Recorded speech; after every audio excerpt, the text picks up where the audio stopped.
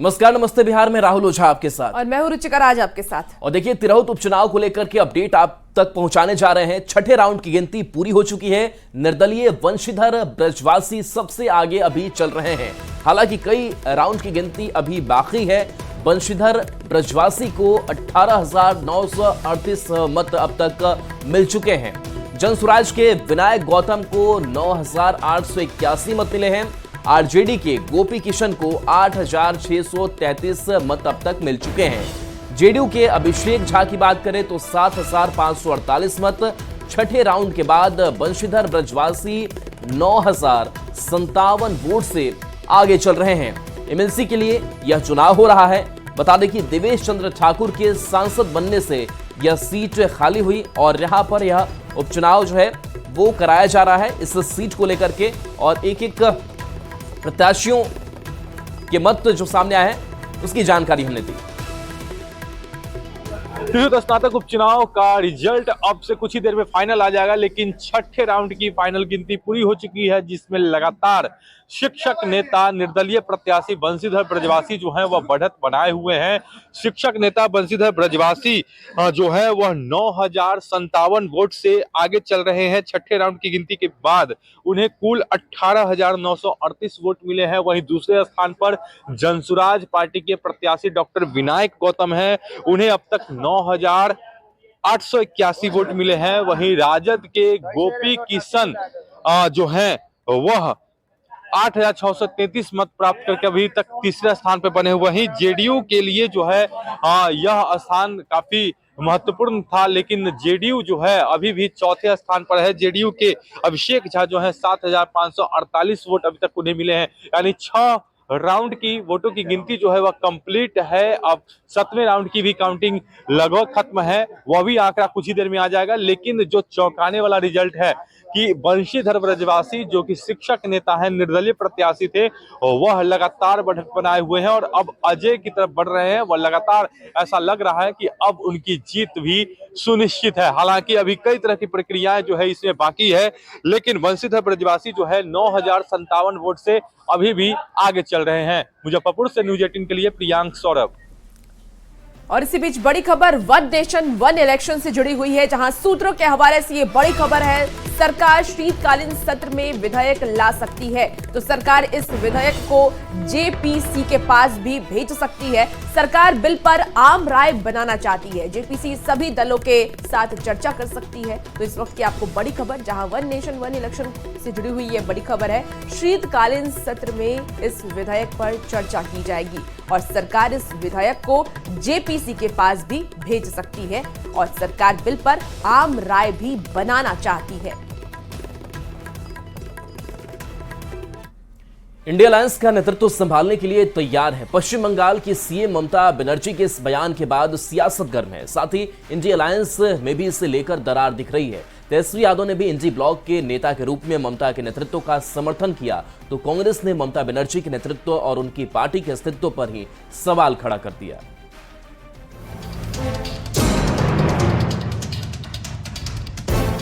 ममता बनर्जी ने India alliance का नेतृत्व संभालने के लिए खुद को तैयार क्या बताया। गठबंधन के अंदर दरार दिखने लगी, लेकिन उनकी पार्टी बंगाल तक सीमित है। वो कोई नेशनल परिप्रेक्ष्य में उनकी पार्टी और उनका व्यक्तित्व अभी उतना बड़ा नहीं है। कांग्रेस ने ममता और उनकी पार्टी के कद पर सवाल खड़ा कर दिया है, तो तेजस्वी को ममता से दिक्कत नहीं है। इसमें हम लोगों को किसी के नाम पे कोई अभी विचार नहीं किया है, लेकिन जब ये निर्णय होगा, सब लोग बैठेंगे तभी हो सकता है।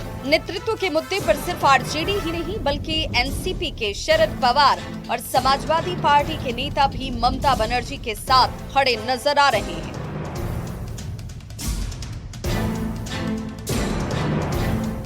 अब इंडिया अलायंस में खटपट होगी तो एनडीए वाले तो तंज कसेंगे ही।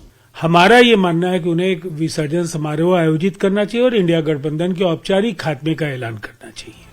आपको बता दें कि ममता बनर्जी ने एक निजी चैनल को दिए इंटरव्यू में कहा था, मैंने ही INDIA अलायंस का गठन किया था, मौका मिला तो INDIA अलायंस का नेतृत्व करने को तैयार हूँ। विपक्षी मोर्चे के नेतृत्व के साथ दोहरी जिम्मेदारी संभालने में सक्षम। महाराष्ट्र और हरियाणा में कांग्रेस की हार के बाद इंडिया अलायंस में कांग्रेस के खिलाफ आवाज उठने लगी है। नतीजा क्या निकलता है ये वक्त बताएगा। Bureau report, news 18। बीजेपी ने राहुल गांधी के बाद सोनिया गांधी को देशद्रोही बताया है। आरोप यह भी है कि सोनिया गांधी के संबंध भारत विरोधी जॉर्ज सोरोज से हैं और वो उस संस्था की सह अध्यक्ष हैं जो कि कश्मीर को अलग राष्ट्र के तौर पर मान्यता देने की वकालत करता है। बीजेपी के इन आरोपों पर आज संसद में जोरदार संग्राम हुआ। कांग्रेस ने तो राज्यसभा के सभापति पर पक्षपात करने का आरोप तक लगा दिया। ये रिपोर्ट देखिए। सर, इनको बिठाइए। सोनिया गांधी जी का अखबारों में आ रहा है, फ्रेंच अखबार में आ रहा है। राहुल गांधी जी जब अमेरिका जाते हैं तो फंडिंग करता है George Soros. India is an interesting case. मौसम का पारा भले ही गिरता जा रहा है, संसद में सियासी तापमान बढ़ता जा रहा है। शुरुआती 6 में से 5 दिनों की कार्यवाही हंगामे की भेंट चढ़ने के बाद कामकाज पटरी पर लौटा ही था कि दोनों सदनों में अब जॉर्ज सोरोस पर हंगामा शुरू हो गया है। बीजेपी ने आरोप लगाया कि कांग्रेस की पूर्व अध्यक्ष सोनिया गांधी के संबंध कट्टर भारत विरोधी अमेरिकी कारोबारी जॉर्ज सोरोस के साथ है। राष्ट्रीय और अंतर्राष्ट्रीय मीडिया में ये रिपोर्ट आया है कि कांग्रेस के सीनियर लीडर का जॉर्ज सोरोस से संबंध है। इसको तो जरूर इस पर एक डिबेट होना चाहिए। बीजेपी ने कहा Sonia Gandhi forum of democratic leaders in Asia Pacific foundation यानी FDLAP की सह अध्यक्ष हैं। इस संस्था को जॉर्ज सोरोस चंदा देता है। FDLAP वही संस्था है जो कश्मीर को अलग राष्ट्र के तौर पर मान्यता देने की वकालत भी करता है।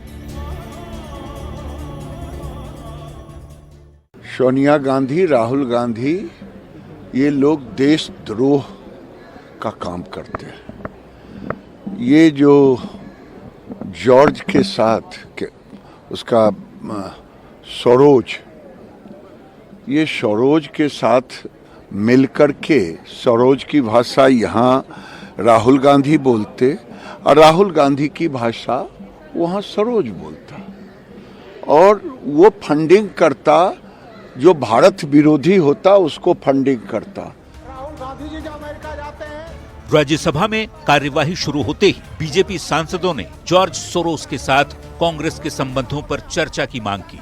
बीजेपी ने मामले में बिना किसी का नाम लिए जैसे ही चर्चा करने की मांग की, कांग्रेस के नेता मल्लिकार्जुन खड़गे ने इस पर आपत्ति जताई। सर, इनको बिठाइए। अगर हाउस, देखिए यही बोल रहा हूँ मैं, जो मेंबर इस हाउस में प्रेजेंट नहीं है वो ऐसे उठाना ये गलत है। बीजेपी ने एक फ्रांसीसी अखबार के दावे का हवाला देते हुए ये आरोप लगाया कि OCCRP नाम का एक पोर्टल भारत विरोधी दुष्प्रचार करता है और कांग्रेस OCCRP के दुष्प्रचार को आगे बढ़ाती है। ये भी आरोप है कि OCCRP को जॉर्ज सोरोस से मोटी फंडिंग मिलती है। कांग्रेस आरोपों को गलत बता रही है। सड़क से संसद तक इसी मुद्दे पर सियासत गर्म है। Bureau report, news 18।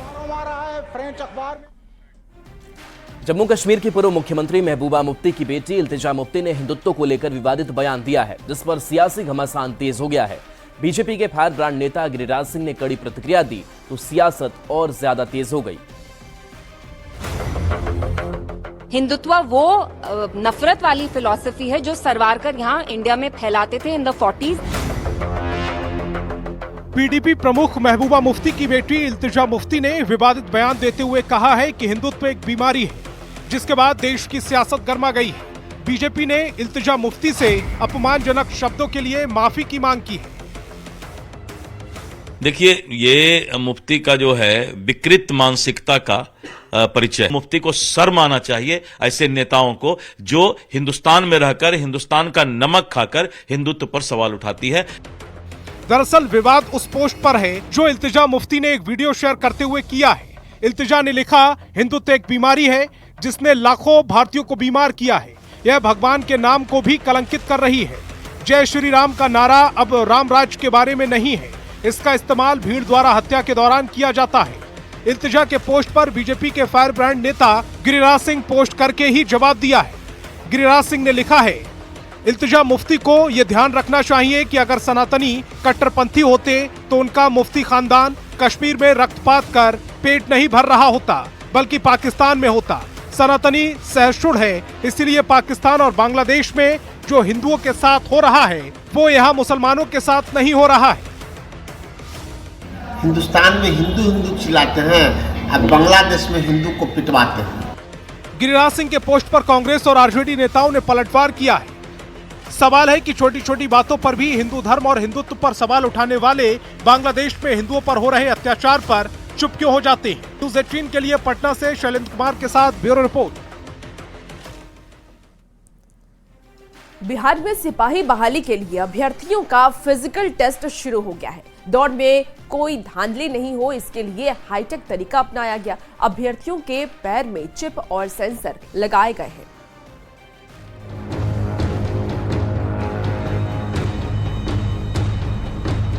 Bihar police में 21,000 पदों पर सिपाही की बहाली प्रक्रिया शुरू हो गई है। पटना के गर्दनीबाग हाई स्कूल मैदान में अभ्यर्थी दौड़ लगा रहे हैं। इस बार सिपाही भर्ती परीक्षा में कोई धांधली नहीं हो, इसके लिए हाईटेक तरीका अपनाया गया है। दौड़ की प्रक्रिया को पारदर्शी रखने के लिए अभ्यर्थियों के पैरों में चिप्स लगाए गए हैं और सेंसर के जरिए उनकी दौड़ की टाइमिंग रिकॉर्ड की जा रही है। सिपाही बहाली में सब कुछ फेयर हो, इसके लिए खास तकनीक का सहारा लिया जा रहा है।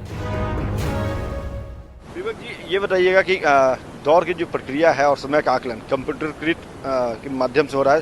पैर में चिप लगाया गया था, सेंसर लगाया था, क्या था?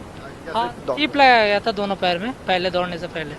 उसके बाद दौड़ाया, उसके बाद जो पहले पास हुआ उसका नाम बता दिया और जो फेल हुआ उसके बाद नाम रहता है। हमारे पास हमको भी कल है दौड़, तो उसमें एडमिट कार्ड पर उल्लेख रहता है कि चिप के माध्यम से मतलब लिया जाएगा। हाँ, उसमें लिखा रहता है कि चिप लगा दिया जाएगा, उसके बाद आपको दौड़ाया जाएगा, उसके माध्यम से टाइम बताया जाएगा कि आपको कितना टाइम लगा। बिहार पुलिस में सिपाही के 21,391 पदों पर नियमित बहाली को लेकर दूसरे चरण की शारीरिक दक्षता परीक्षा हो रही है।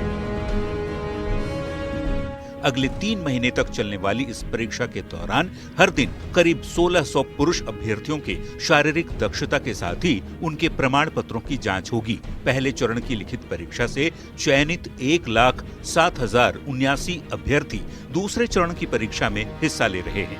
शारीरिक दक्षता परीक्षा में दौड़, गोला फेंक और ऊंची कूद की परीक्षा हो रही है। दूरी और समय का आकलन कंप्यूटर के जरिए अभ्यर्थियों के पैरों पर लगाई गई चिप और सेंसर के जरिए किया जा रहा है। न्यूज़ 18 के लिए पटना से अमित कुमार की रिपोर्ट। पटना में एक बार फिर बड़ा विमान हादसा टल गया है। बर्ड के बाद पटना एयरपोर्ट पर विमान की इमरजेंसी लैंडिंग कराई गई। विमान में सवार सभी 80 यात्री पूरी तरह से सुरक्षित हैं। दिल्ली से शिलांग जा रहे विमान में बर्ड के बाद इमरजेंसी लैंडिंग कराई गई। इस हादसे के बाद पटना एयरपोर्ट की सुरक्षा पर फिर सवाल खड़े हो रहे हैं।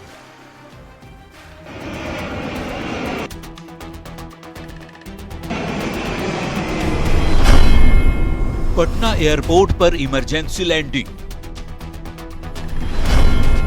बीच हवा, बर्ड हीट, टूटा विंडशील्ड, पायलट की सूझबूझ से टला हादसा। ये तस्वीरें पटना एयरपोर्ट की हैं, जहां बर्ड हीट के बाद इमरजेंसी लैंडिंग कर एयरपोर्ट पर स्पाइस जेट के विमान को उतारा गया। दिल्ली से शिलांग जा रही विमान की इमरजेंसी लैंडिंग हुई। विमान में बर्ड हीट के बाद कुछ तकनीकी खराबी के बाद इमरजेंसी लैंडिंग कराई गई। पायलट की सूझबूझ से बड़ा हादसा टल गया। विमान में सवार सभी 80 यात्री पूरी तरह से सुरक्षित हैं। पटना एयरपोर्ट से बड़ी खबर है, जहां दिल्ली शिलांग स्पाइस जेट की विमान में बर्ड हिट हुआ है और पटना एयरपोर्ट पर विमान को इमरजेंसी लैंडिंग कराई गई है। तत्काल स्थिति यह है कि विमान के जो यात्री हैं वो सुरक्षित है और विमान को पायलट ने सुरक्षित लैंडिंग भी पटना एयरपोर्ट पर करा लिया। स्पाइस जेट के विमान ने दिल्ली से सुबह 7:03 पर उड़ान भरी थी। इस विमान को सुबह 10:02 पर शिलांग में लैंड करना था। जिस वक्त विमान पटना के ऊपर से गुजर रहा था, बर्ड हीट के बाद पायलट को विमान के कॉकपिट में विंड स्क्रीन में दरार नजर आया। पायलट ने पटना के ट्रैफिक कंट्रोल से लैंडिंग की इजाजत मांगी। इसके बाद पायलटों को लैंडिंग की इजाजत दे दी गई। इस घटना के बाद से पटना एयरपोर्ट पर थोड़ी देर के लिए अफरा तफरी का माहौल भी बन गया। थोड़ा सा ट्रैबुलेंस हुआ था, फिर हमको इमरजेंसी लैंडिंग कराया गया। तो 9:30 बजे से ये में बैठे थे, तभी हमको होटल लेके जा रहे हैं। यात्री सब सुरक्षित है? हाँ जी। मिड एयर में बर्ड हिट हुआ था तो शीशा क्रैक हो गया और बहुत केयरफुली पायलट्स ने पटना एयरपोर्ट में लैंड किया। थोड़ा पायलट ने हार्ड लैंड, हाँ पायलट्स ने बचा लिया और हार्ड लैंडिंग था, बट सभी सुरक्षित और सेफ आ गए। सिर्फ स्पाइस जेट की बात नहीं है, बहुत सारे एयरलाइंस में बहुत सारे कंप्लेंट्स आ रहे हैं और इसकी एक चीज़ ज़रा देखना चाहिए, क्योंकि सेफ्टी को लेकर और ऐसी चीज़ें लेकर ये तो देखना पड़ेगा ना। दरअसल पटना एयरपोर्ट देश के 10 खतरनाक एयरपोर्ट में से एक है। पटना एयरपोर्ट की हवाई पट्टी बेहद छोटी है। पटना एयरपोर्ट पर विमान उतारने की जगह तक नहीं है। एयरपोर्ट के पास ही पक्षी मंडराते रहते हैं। एयरपोर्ट के पास बूचड़खाने और मांस मछली की दुकानों की वजह से पक्षियों की संख्या ज्यादा होती है। रेलवे लाइन के किनारे आवारा पशुओं के शव भी फेंके जाने से खतरा बना रहता है। आसपास पेड़ों और हरियाली की वजह से पक्षियां आकर्षित होती हैं। कई बार पटना एयरपोर्ट पर विमान से पक्षियों के टकराने की घटनाएं हो चुकी हैं, लेकिन विमान हादसे के बाद के सुझावों पर अमल नहीं हो रहा। न्यूज़ 18 के लिए पटना से धर्मेंद्र कुमार की रिपोर्ट। बेगूसराय में बारात पहुंचने के बाद दुल्हन ने शादी करने से इनकार कर दिया। दरअसल शादी में दूल्हा शराब पीकर आया था, जिसके बाद दुल्हन ने शादी करने से मना कर दिया। ये रिपोर्ट देखिए। घर में शादी का माहौल था। जयमाले के लिए स्टेज भी पूरी तरह सज धज कर तैयार था। दूल्हा दुल्हन को विदा कर साथ ले जाने के सपने देख रहा था, लेकिन ये सपना सपना ही रह गया। जी हाँ, दुल्हन ने अचानक शादी से इनकार कर दिया। वजह ये थी कि दूल्हा शराबी था और वो शादी में भी शराब पीकर आया था। जैसे ही दूल्हे राजा स्टेज पर पहुंचे, वो लड़खड़ा कर गिर गए। शादी में आए रिश्तेदार भी कानाफूसी करने लगे। ये देखकर दुल्हन ने शादी करने से इनकार कर दिया, लेकिन ये मामला नहीं यहीं पर थमा। लड़की के परिवार वालों ने दूल्हे के साथ पूरी बारात को बंधक बना लिया।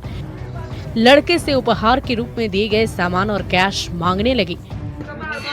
शादी के लिए आए थे। कल शादी हुआ नहीं? काहे? कल दोस्त यार में कभी नई गोटी खाए थे, गोटी खिला दिया। 2 दिन से भोगे थे, उसके बाद पूरा नशा लग गया। मामला बेगूसराय के त्याय थाना क्षेत्र के काजी रसलपुर गांव का है।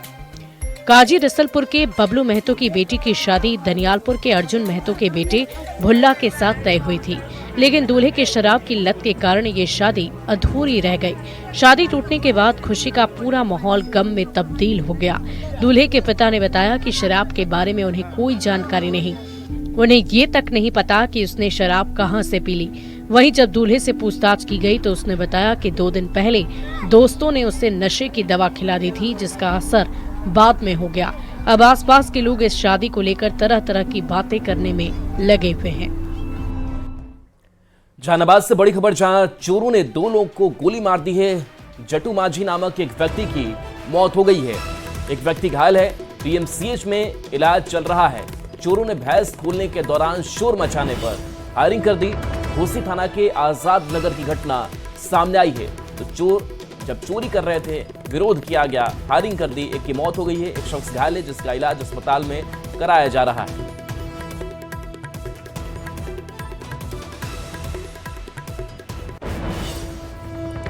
और इसी बीच बड़ी खबर नवादा से आ रही है, जहां बारात में मारपीट की घटना हुई है, जिसमें 2 युवक गंभीर रूप से घायल हो गया। घटना शहर के सुनार पट्टी की है। पीड़ितों की माने तो इलाके में एक और दूसरी शादी थी और बारात के समय दूसरे शादी वाले घर के लोगों ने शराब पी रखी थी और आकर बारात में शामिल हुए महिलाओं के साथ छेड़खानी करने लगे, जिसका विरोध करने पर 15 से 20 लोगों ने मारपीट शुरू कर दी, जिस दौरान दूल्हे की गाड़ी का शीशा भी तोड़ा गया और कुछ सामान भी वहां से छीन लिए गए। घटना की सूचना पर पुलिस ने पूरे मामले की जांच शुरू कर दी है। तो इस वक्त की आपको बड़ी खबर और ये पूरी तस्वीर दिखा रहे हैं, जहां देखिए कि दूल्हे की गाड़ी को पहले रोका गया, शीशे को तोड़ा गया और उसके बाद सामान भी लूट गए। हम लोग बारात में डांस करते हुए अपना जा रहे थे। माहौरी मंडल में शादी था मिर्जा पार में। अब बगल घर में ही शादी है, उसके यहाँ से सब पी पा के आया, सब लेडीज लोग थी, छेड़छाड़ करने लगा। उसके बाद हम लोग बोले कि चलो सोनारपट्टी रोड, उन लोग का बाराती है कलाली रोड में, तो हम लोग बोले कि चलो छोड़ो, उन लोग घुस जाएगा अपना, तो हम लोग सोनारपट्टी रोड में अपना एंजॉय करते जाएंगे।